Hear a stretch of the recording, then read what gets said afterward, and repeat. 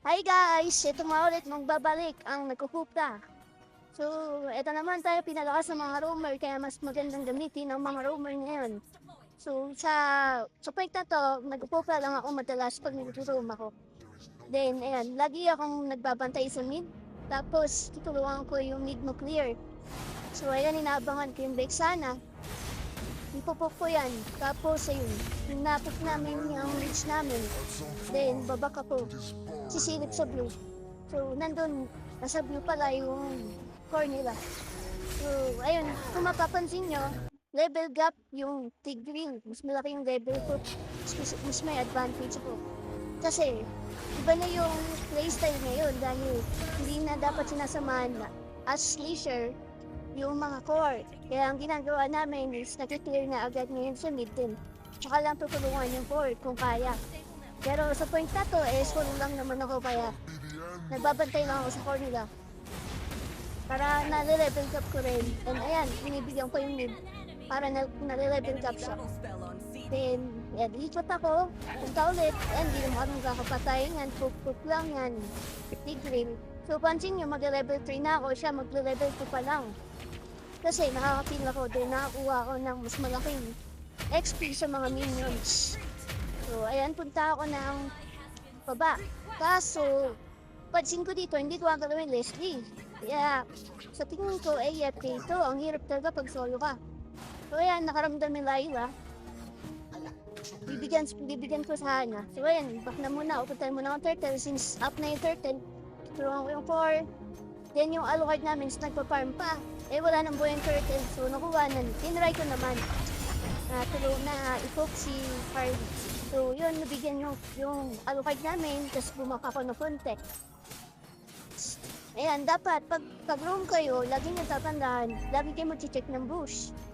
Then, pag kufra naman, bago ako mag-first kill, lagi akong pupunta sa bush para hindi nila alam kung saan ako mag-first kill. Ayan, so dito, nakita ko, nagpa-farm ng red CRD. So, binigyan ko siya, nakita ko rin naman yung mid namin. So, yan, inultihan ko na.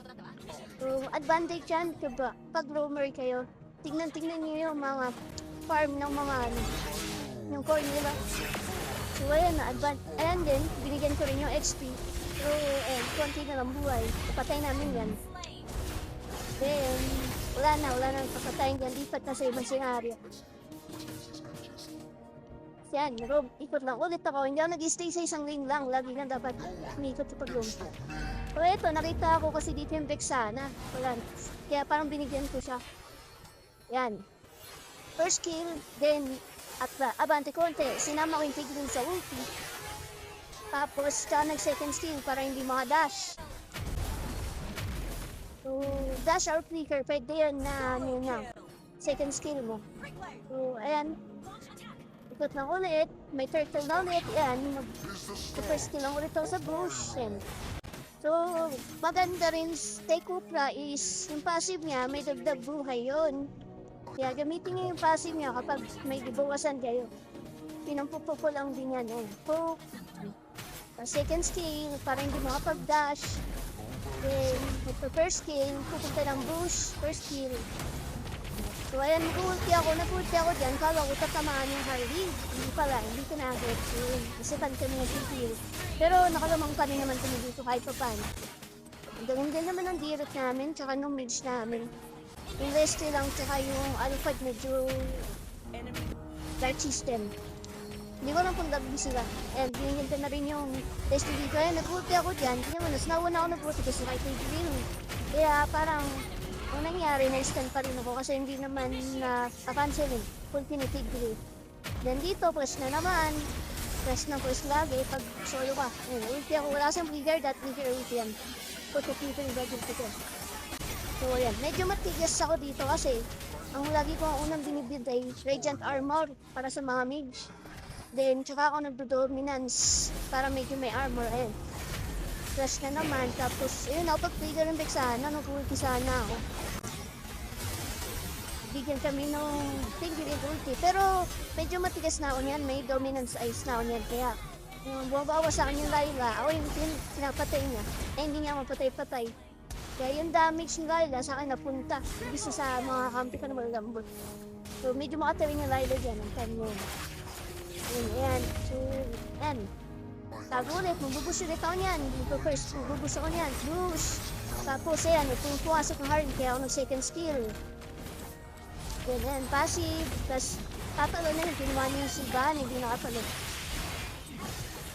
Yun, dapat may map awareness din kayo sa mga ano. Ang lagi niyong tatargetin is score, MM, or yung XP, kung malambot lang. Basta yung damage dealer nila. And eto, binigyan ko na to ng ulti kasi para nakapag second skill naman na yan. Kaya alam kung wala ng second skill. Then eto, nagbasag kami. Dito, mag-lord na kami sa point na to. Ito, yan. 12 minutes, may lord na. So yan, lord na namin.